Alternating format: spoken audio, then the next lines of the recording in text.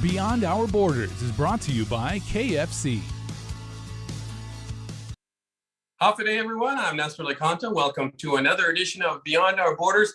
And this month, we're going to talk a little bit about the 40th anniversary of United Airlines service to Manila, Philippines. And joining us are a couple of top executives from the region for United Airlines. We have Wally Dias, who is let me make sure I get your title right here, Wally. Good friend of ours on Guam. Many of you might remember him. Wally is the managing director of sales for Greater China, Korea, and for Southeast Asia. And of course, a familiar face on KUAM, Sam Shinohara, who is the managing director of airport operations for Asia Pacific. Good to see you guys. Great to see you, Nestor. Off a day. All right. Nestor. So let's start off. As I said, it's the 40th anniversary of United Airlines service to Manila, Philippines. I wanted to ask both of you for just an overview of that. And let me start with you, Wally. Sure. Thanks, Nestor. Hey, it's great to be with you guys as well. Yeah, we're very, very excited to be celebrating 40 years in the Philippines. That's such a great milestone. And really, it's such a close relationship between the two communities. And so United's played a very key role in kind of keeping that connection alive during the past 40 years. And so we're very, very excited to begin. We're in the middle of planning the celebrations for 2022. All right, Sam, you want to add to that? Yeah, hey, 40 years is a long time, longer than some of the viewership entire lives, I'm certain, given the demographic of folks who watch the show. But, the Philippines is a great market. I was listening to the radio show this morning, and there was some discussion about just traffic between Guam and the Philippines. And, there's so many different reasons why people transit to and from the Philippines and Guam. And we're just happy to be the carrier who's been providing the bulk of that transportation. And we're happy to be the carrier that's been providing that transportation consistently over the course of the last 20 months. Yeah. I wanted to ask about the strategy over the years. Obviously, airlines change and evaluate routes all the time. Has the Philippine route changed at all over the years? And can you expound on that, Wally? Sure, Nestor. Yeah, it's something that we look at all the time. We're constantly evaluating flights and routes, and to make sure that we're providing the capacity that our customers want and need to the places that they want to go. And so the Philippines has been really a consistent market for us over those 40 years. I think there's kind of an ebb and flow to the marketplace depending on what's happening economically, demographically, and so forth. So over the years, you've seen us, maybe increase the frequencies, maybe kind of add places like at one point in time we had Cebu on the route map. So over those years, we're constantly evaluating the service. Of course, as Sam said, the last 20 months have been really, really challenging for the entire industry all over the world. And so, we're very proud that we were able to retain the service between Guam and Manila during that entire challenging time. And that kind of demonstrates our commitment to the market. There's a lot of reasons that we fly back and forth during that time. We were bringing a lot of PPE to the different markets, kind of medical people going back and forth.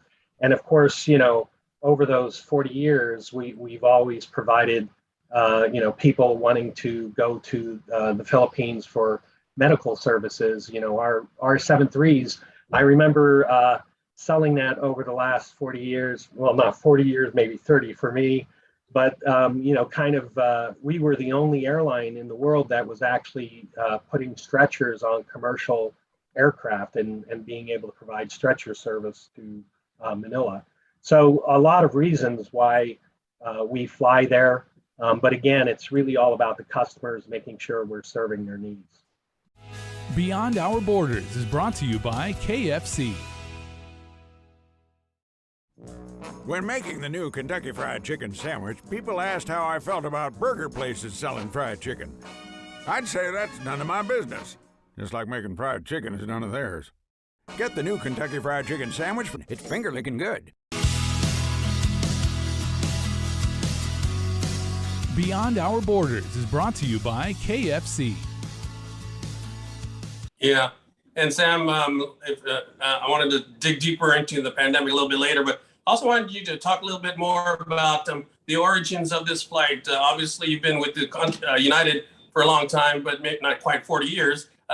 But talk about how it all got started, why, the obvious connection between, the number of the large Filipino population on Guam and wanting to go see their relatives back home in the Philippines. Talk a little bit more about the history of this particular route. Sure. Hey, it dates back, I want to say, there is a large contingent of Filipinos who call Guam home today. And we have the unique capability to connect those people back home pretty quickly, right? A 3.5-hour flight, pretty seamless. We have a great schedule that connects folks that are traveling beyond Guam as well. So being able to carry those Filipinos back to the U.S. mainland, we have great connections over Honolulu and over Tokyo, at least westbound. We've really kind of honed in on that for sure. And I think Wally honed in on, a very particular aspect of our business, and that's medical transportation. And so, as so many different Guamanians, go to the Philippines for medical service, and we've been able to provide that service to them consistently, whether it's stretcher transports or people who are just in need for annual medical checkups or, significant diagnostic testing. We've been facilitating that work. So from a customer service perspective, everything, every passenger aspect we've been really focused on. But I think a unique aspect for our business and something that we've been majorly focused on, certainly over the course of the last 20 months, is the stuff that we've been carrying in the belly of the airplane. And so make no mistake, the cargo that moves out of the Philippines into Guam and beyond has really been a big component of our business as of late, and something that we're super focused on, right? And so when you think about just the sweet goodies that come in from the Philippines that are on the store shelves here on Guam, it's been a challenge to get those things here on the island, and we've been able to provide our small mom and pop Filipino stores the ability to keep the supply flowing for sure. And so we're really proud of that. It dates back 40 years, but we always understood the importance of the market, but when you get into the specifics of what we've been moving, I think it's been very interesting to see how the business has been constant since day one for sure.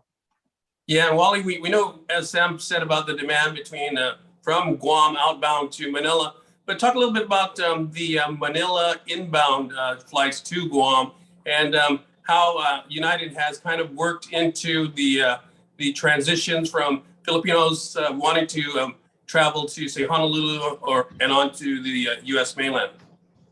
Sure, Nestor. Well, obviously our first priority is to sell Guam. And so in all the locations in Japan and other markets, we're constantly promoting the island of Guam. We're Guam's largest cheerleader.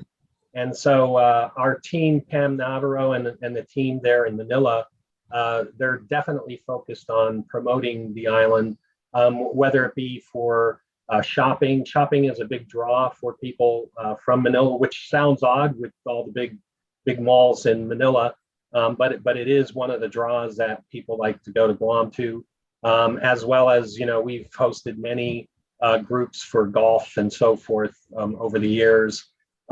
It's been challenging over the last 18 months or so. But we are seeing the tourists, the travel agencies and so forth that we're talking to in Manila, they seem to be kind of looking at the end of the issues here and maybe the rays of sunshine peeking out through clouds. So we do see some efforts. For example, the Philippine Travel Agency Association held their travel fair a couple weeks ago. And it was actually a face-to-face activity.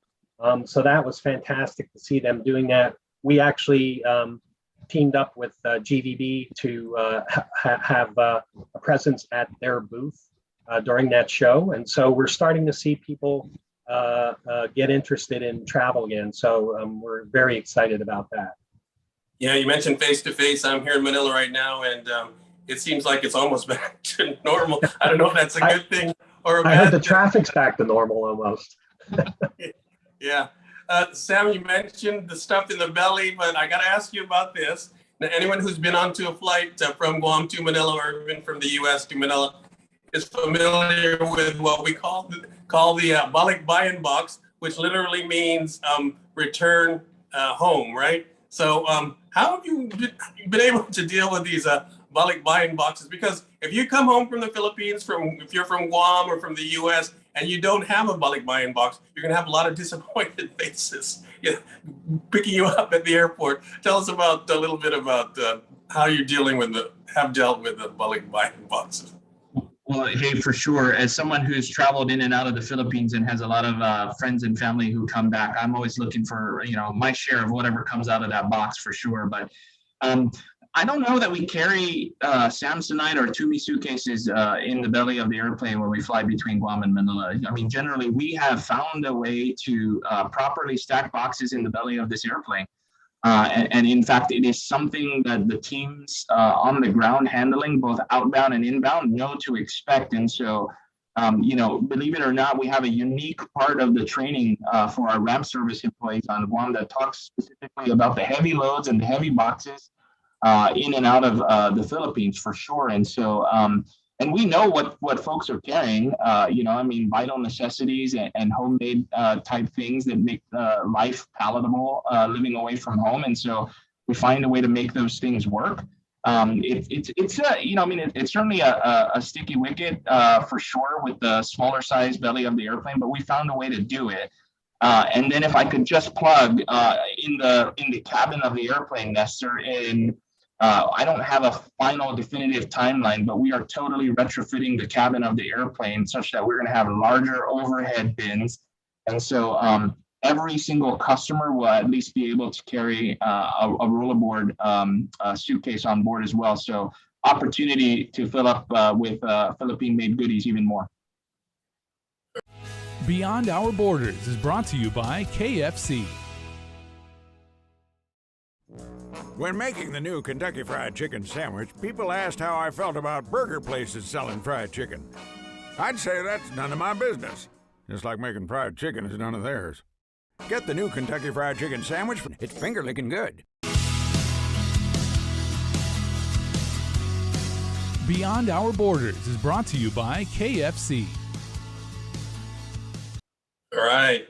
And Wally, any plans for expansion of service to Manila, let me say the Philippines, because all of the flights, of course, land at NAIA, which is the Ninoy Aquino International Airport in Manila. But are you limited at all to fly to, like you mentioned, Cebu earlier, Cebu or Clark or Iloilo or someplace in Davao? So, yeah, Nestor, I think really what we're focused on right now is Manila Metro. And so really, we just in September went to daily service, which we're very excited to get back to daily service. During the pandemic, we were down to 4 flights a week or so. Then we went up to 5 and now back to daily. So we're just happy to get back to daily service in Manila. I think, as we mentioned earlier, we kind of constantly look at the markets to see what demand is out there. And we're really looking for sustainable demand that kind of makes sense in the long term. And so that's something we'll keep a watchful eye on, because again, the Philippines is a very important market for us. It goes, way back the 40 years that we're talking about. So we definitely continue to monitor the market and see, if there's any other opportunities out there. But right now, we're really concentrating on Guam, Manila. At certain points during our history on that route, we were up to double daily service in that. And so typically we focus on that first before looking at other things. Yeah, and one of the reasons that I asked that is because when most Guamanians think about the Philippines, they think about Manila first. And there's certainly a lot of things that they can do and see in Manila. But of course, to the Filipinos in general, there's so much more to the country than Manila. I mean, there's so much beauty out there, and just getting to there. And I don't know if that's part of a marketing effort or that can be made to, visit the Philippines. I think the Philippine Travel Department of Tourism had I forgot the slogan, but it was pretty successful in getting folks to explore other parts of the Philippines beyond Metro Manila, because it is so much more. It's definitely a beautiful country, and with a lot of beautiful islands out there to explore. I think our customers in Guam are very adventurous, and I do hear from a lot of my friends that actually do venture out of Metro Manila to all the other beautiful places that the Philippines has to offer. I think as the recovery begins, I think we'll certainly be talking to a lot of the national tourism offices about kind of rekindling marketing efforts for not just their main markets, but also for the rest of their countries as well. So I'm sure we'll be talking to the Philippine Tourism Bureau as well. Yeah, Sam, you want to weigh on that? I think the slogan was "It's much funner or better in the Philippines" or something like that. But I mean, there's snorkeling, fishing, hiking, camping, so much other things to do in many other parts of the country. Yeah, I think it's more fun in the Philippines. So something to that effect. And clearly, Wally hit it on the head. There is a lot of unexplored wonders in the Philippines. And believe it or not, we do have, while we don't sell the Beyond connections today, we do have a lot of our customers that flow on, spend a couple days in Manila and find their way into Cebu or into some of the other islands where there are resort destinations, and they find a way to explore those things. Right now, Nestor, I would say our focus is in rebuilding our franchise and getting, kind of better numbers on the airplane. Today, we're still stuck with specific capacity restrictions in and out into the Philippines right now. And so I think, Wally, correct me if I'm wrong, I think we can only carry across all carriers like 4,000 passengers from foreign destinations. And so, our share of that is very small. And so, we really need to work towards recovering fully from the pandemic before we get to the point where we can kind of fully explore different opportunities in the Philippines. But, it's clear we have resources and assets in this part of the world to respond to any demand that might be out there. And we're always looking for good opportunities to utilize our resources. And, our best resource is airplanes. And we're very happy that we have a fleet of airplanes based here on Guam. So we're in a unique position to respond to whatever demand is out there. And so we'll look for that and work closely with the markets to see what makes sense for sure. All right, since I've got both of you here, I wanted to circle back around to what, the big elephant in the room is the pandemic. And Wally touched on it a little bit earlier, and I was wondering first if you could expand on the impact of the pandemic on aviation in general and the Asia Pacific specifically. Sure, Nestor. We always thought this was a tough business, and we went through a lot of different things, like the various typhoons in Guam that we lived through and kind of took, a year or so to recover the market. Same thing with the earthquake, 9/11 and so forth. But this thing has been unprecedented in the, history of aviation and history of tourism and travel. And so when you look at what went on in those first months of the pandemic back in, early 2020, we actually were the airline that really noticed what was happening first. And so, our CEO, Scott Kirby, and executive team were very aggressive in kind of reacting to it. And so in Asia Pacific, we actually drew down our capacity by more than 96%, which is an incredible number. And so it's been, a very rough ride over that time frame. And what we've seen over the last, say, 6 months or so is that, the domestic U.S. market started to recover first. And, we see our capacity now in the domestic U.S. at about, around 87% or so in December. Europe is now starting to recover and opening their borders. And of course, November 8th, the U.S. opened their borders. But the one market that's been really difficult to gauge is really Asia Pacific. Due to all of the border restrictions, the market remains about 90 to 96% down, depending on which country you're looking at. So it's really a tough area. United, we've always been the largest airline between the United States and Asia. And during the pandemic, we continued to be, even though we pulled down the capacity that much. Right now, for December, we're planning to operate about 28% of our capacity that we operated in 2019. And that will be one of the largest sets of capacity in the industry between the US and Asia Pacific. So, we're just starting to see windows of opportunity. Singapore, I think, is a great example. They just announced that they were kind of coming up with a policy of living with the virus and kind of trying to find ways to safely open the borders. And that's what they're kind of in the process of doing. So they've created these vaccine travel lanes. And there's one actually being implemented for US to Singapore. So I think the other countries around, the ASEAN countries, including the Philippines, I think Singapore offers a great example of how to approach this and find a way to safely reopen borders and start bringing economic activity back into the marketplace. So we're hoping that trend will continue.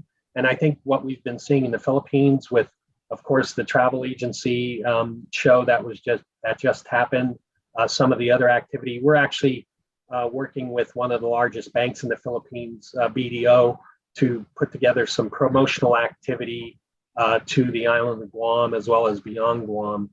So those activities are now starting to happen. So we're pretty excited about that. And hopefully, as we enter 2022, we'll see a recovery well underway in Asia Pacific, including Guam.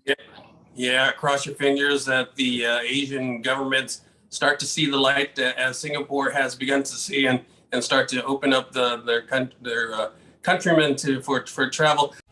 Beyond Our Borders is brought to you by KFC. When making the new Kentucky Fried Chicken sandwich, people asked how I felt about burger places selling fried chicken. I'd say that's none of my business. Just like making fried chicken is none of theirs. Get the new Kentucky Fried Chicken sandwich. It's finger-licking good. Beyond Our Borders is brought to you by KFC.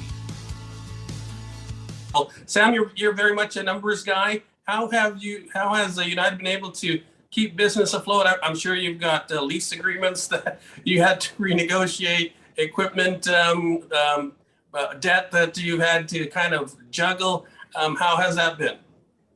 Well, I think Wally started off by saying, our executive team really had a great plan, right? And pulling down capacity, pulling out flights that really just didn't make sense to operate given where we were. But I will say, in our part of the world, our partnerships with all of our local service providers, whether they're vendors that handled us on the ground or our airport service partners in this part of the world, that's been really key for us. Them understanding what our situation is and working. Given your news show is on Guam, we'll talk about our partnership with the Guam airport. They've been great. They came to the table and said, hey, we know you're not carrying any customers. What can we do to help? And just those kinds of partnership, the waivers of fees, the abatement of some of the rents that we have, and just kind of working through all of those issues have been really good for us and super helpful. Not to mention our workforce. Our workforce across the region has been amazing, and we've been very, very fortunate that we've been able to keep the bulk of our employees across the region employed because we have full plans to reinstate our schedule. And so we're chomping at the bit, to get back into the full swing of things, and are confident that there is a safe and smart way to reintroduce travel back to everybody. I think forums like this are fantastic, but I think it does not replace the good feelings you get with face-to-face interactions. And that's something that we pride ourselves on being able to facilitate on a regular basis. And so we're looking forward to that. So I think for us, to sum it up, Nestor, it really is about the partnerships we have in this part of the world. That's really what's led to, our ability to continue to be around and provide service consistently. Yeah, and definitely there's a pent-up demand to travel once everything starts to open up. We've got just a couple of minutes left, and I wanted to give both of you a chance to just say a thank you and hello, and encourage your loyal travelers between Guam and Manila to continue to fly United Airlines. And let me start with you, Wally. Sure, Nestor. Hey, first, I want to thank all of the employees of United throughout the region. They've been fantastic during this challenging time, and especially our team on Guam. What a great bunch of professionals doing a fantastic job day in, day out to serve our customers. And of course, I'd like to just say, half a day to all of my friends in Guam. It's been a long time since I've been back to the island. Sonia and I think about the island all the time. It has a great place in our heart, and we look forward to getting back there sometime soon. All right, let me wind it up with you, Sam. Sure thing. Hey, Nestor, thanks for the opportunity today. And I'll just echo Wally's sentiments. Thanks to all the employees who make life possible for our operation. But I want to also extend a sincere appreciation to all of our customers who fly between Guam and the Philippines.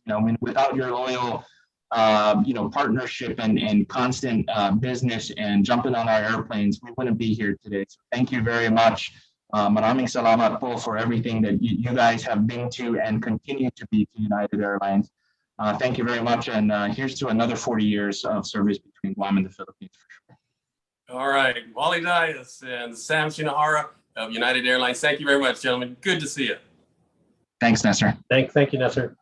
All right, I'm Nestor Licanto. Thanks once again for watching. We'll see you again next month on Beyond Our Borders. Beyond Our Borders is brought to you by KFC.